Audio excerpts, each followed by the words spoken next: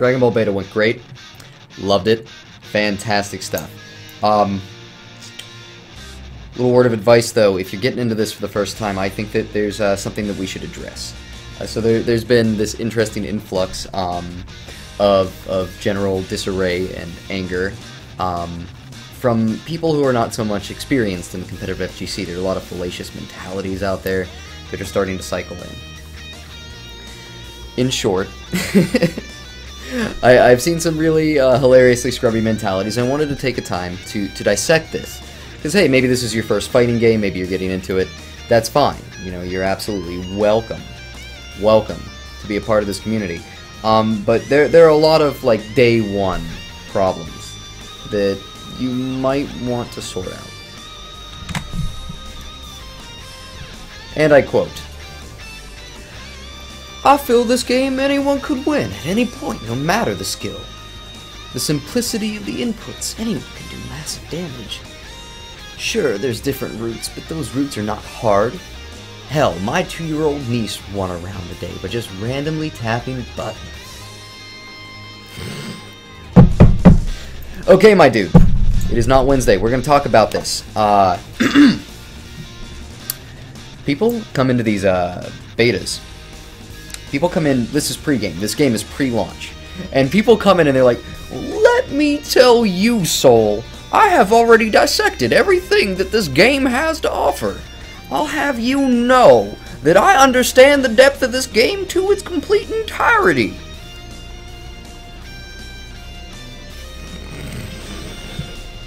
Things change, okay? No matter what your game is, no matter what game you play, the development of that game is not going to be so shallow that you just simply understand it inside a day and a half's worth of a beta. So you'll run into this, you know, frequently. You'll oh my god. Woo, you will. And it's a doozy. There are fighting games that have been out there for like 15 plus years and we're still finding tech. Bet you do not know it in day one. Be humble. Be humble. Exactly what I was thinking. Too little depth in Fighter Z just becomes a button masher. I just want to implore that you consider this. Do you think... I think that you should consider... maybe the reason everyone's mashing buttons right now is because none of us know what we're doing. A lot of people get into this idea that what you see on day one is what professional top-end play is going to look like. Son, you don't know. None of us do. I don't even know. I can tell you that I think it'll be more complex just based on anecdotal examples that I've seen. I think that the game has a lot to offer, right? But these people come in with these illusions of grandeur on day one scrub mentality, and they like to tell you that they get it. They know. They know what's up. They've gone through it, and damn it, after their 2 hours of button mashing, they can verify for you the game is depthless, shallow. A simple bit of advice. Approach it with humility. Approach your new game with humility. Dragon Ball Fighter, it's new. We're all new to it. We're all students. But even years in, approach your game with humility. Always be the student. If something feels simplistic, you should put in at least 50 hours with it. At least 50 hours of raw gameplay in a fighting game before you want to break it down and say, listen, there is no depth here. You got 50 hours under your belt. I'll hear you out. I think most of us will. You want to come in on day one of a beta and be like, well, listen here. I don't think so. The game prioritizes arcade stick players because that's who it was designed for. So good luck for any pad players. Just another crutch separating the good from the bad. Okay, so for one, let's talk about this because maybe not a lot of people are familiar with the anime fighter scene, but pad players do exist. They are far from, an anomaly. The main reason people picked up Stick, one of the most dominant reasons, was because of arcade play from Japanese players, where anime fighters especially were so prominent. It's not that Sticks are great, by the way. I'm not. This is not a matter. This is not a matter of putting down either setup. You're gonna find that although arcade stick players, as he puts it, are you know, gonna do just fine in this game. It's gonna be fine for them. It's gonna work for pad too. You have a lot of prominent pad players, and ultimately there's a large plethora of players that are gonna be operating on pad and successfully. So a lot of armchair doctoring and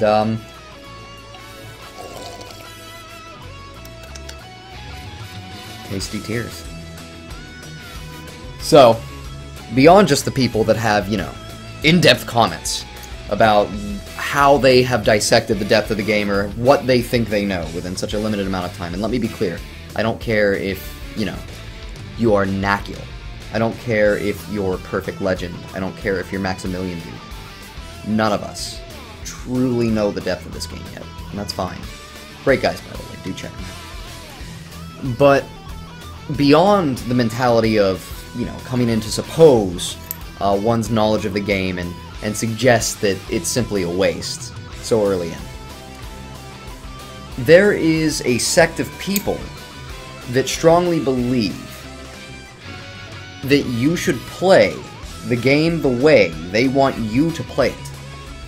And this is a problem that is pervasive inside competitive communities.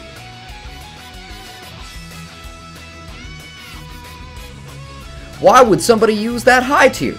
Because you play to win. And ultimately, you don't have to do those things. I don't, you know. I don't choose those characters. I don't necessarily select those options. But you can never, never disrespect somebody else for playing to win inside of a competitive fighting game. As long as it's within the boundaries and parameters of what the game has accepted, you got nothing. It's hot air. So get that out of your head early. There's no sense in having that anger with you, that sense of entitlement to have other people play in a way that you deem as fair. Because everyone has a difference in what they deem as fair, right? And I think that that's to be noted. Hey, I just want you to take it easy. Come on, competitive fighting game player. Why won't you take it easy on me? Listen. No one is entitled to have their opponent play for them the way they desire. And it's an almost childlike mentality. Now the idea behind it, like, hey, so what's wrong with fun? I hear you on that. I do. I get that. So when you see a statement like a Jellyfish over there, where he says, you know, I don't take it easy on people. I don't want anyone to take it easy on me. I want my opponent to learn, or I'm going to move on quickly. That's good. It's a mentality of self-improvement. And that's valid. Actually a very conducive thought process. It's a productive approach. To some extent, that's his fun. That's where he finds his enjoyment. That process of improvement. That's his fun. So for somebody to come and say, LOL, this is the type of person that is an adult that beats a disabled kid in a wheelchair at basketball and won't even let the kid take 1 point to feel good about himself. And then the adult wins and feels like everyone should respect and praise him for beating the analogy's off. You're off. First of all, you're not a disabled kid. You don't have a disability in this equation. You're on even terms. Y'all have the same start menu, same character select, y'all have the same game, you can choose the same controllers, you have all of the same options at your disposal for your selection. And you're playing this game, by choice, no mandate.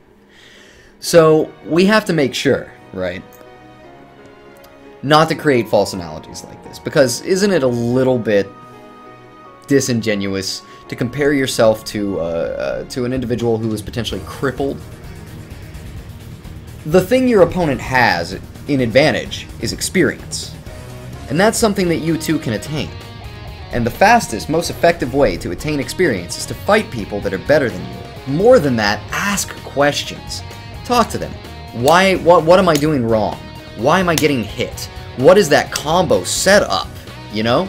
And if you're willing to ask these questions, you're gonna improve, and very quickly, you're gonna be that competitive FGC player, man. And if you don't like that, that's fine. You don't have to fight against it. But ultimately, you can't expect other people to play the game the way you want them to play it. Don't go in there with that mentality. It's gonna crush you. With these types of fighting games, it is always the more experienced fighting game players that win, with the dexterity, usually. You know, I think that's bullshit. I don't. The more experienced person tends to win. That's a good system. It showcases experience and expertise, overcoming the odds through consistency, practice, and hard work. That's a sign of a good game. Of course, the more dexterous, more experienced player will tend to win. That goes without saying, even if it's not universal. And if that makes you irate, get good. Then at some point, you just hate working for it. You hate practicing. You hate trying to grow for it. Well, I just want to enjoy my game. That's fine. You're welcome to it. And you can. But if the enjoyment you take from the game strictly comes from winning, then you're gonna have to put in work. And that's just a realistic expectation. Blocking in these types of games can be hard to do for most people.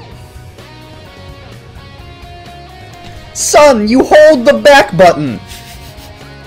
All you do is hold away! What do you mean blocking is tough? Come on, you can do it. Hold the back button. It's not that bad.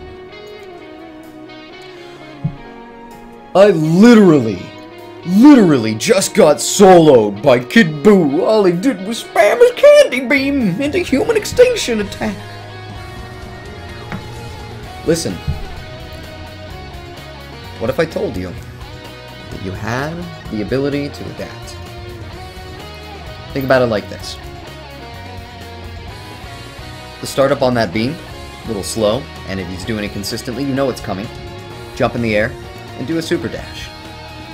Vanish behind him. Block. Son, you hold the back button! And throw out a response. You have many options at your disposal. But if somebody beats you by spamming, get good. Doesn't that say something more about you than him? Some games don't have responses to certain powered options. Some things can be overpowered. So the notion of spam isn't inherently flawed, right, in a particularly unbalanced field. But if off the top of my head, I can produce 3 responses for you, the problem is you. Personal accountability is a very big thing, and ultimately it's on us to accept our faults. The more we pass the buck and the more we blame our failures on other people, on unfair mechanics, the less we stand to grow as players. Don't be that guy. You know the dude, right? Does the mental gymnastics. It's never his fault. Be accountable. Be accountable. Okay? I dare you. Be accountable. GG. GG.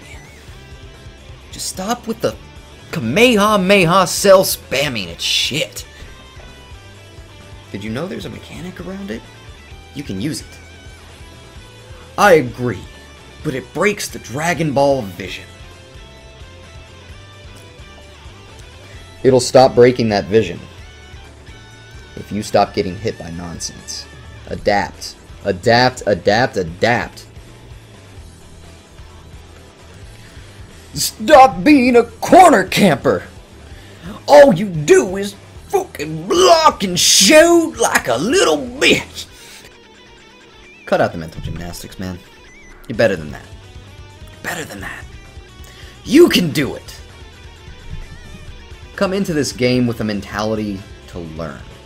Understand your options, and if you don't, go back over it. That's fine. Talk to people. Ask for help. But don't get mad at somebody for taking an inferior option like corner camping. Figure it out, my dude. Come on in with an overhead. It's not that combos are bad. Okay? It's not that they're bad. But it's annoying if you can just spam the same 1 to 5 moves and win any battle with no resistance. Oh boy. It's day 1, my brother. It's day 1. It's day 1. You'll find a way. I promise. I will lead you to the promised land. People are spamming block all the time. Did he just say spamming block? Welcome to the fighting game community. You can't expect people to play the game the way you want them to. You will have to learn. You will have to adapt.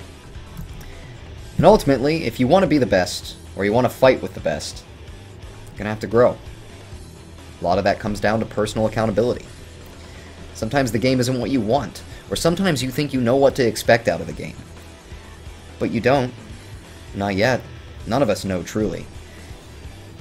I think the game has depth, but I don't know truly. I guess we'll find out.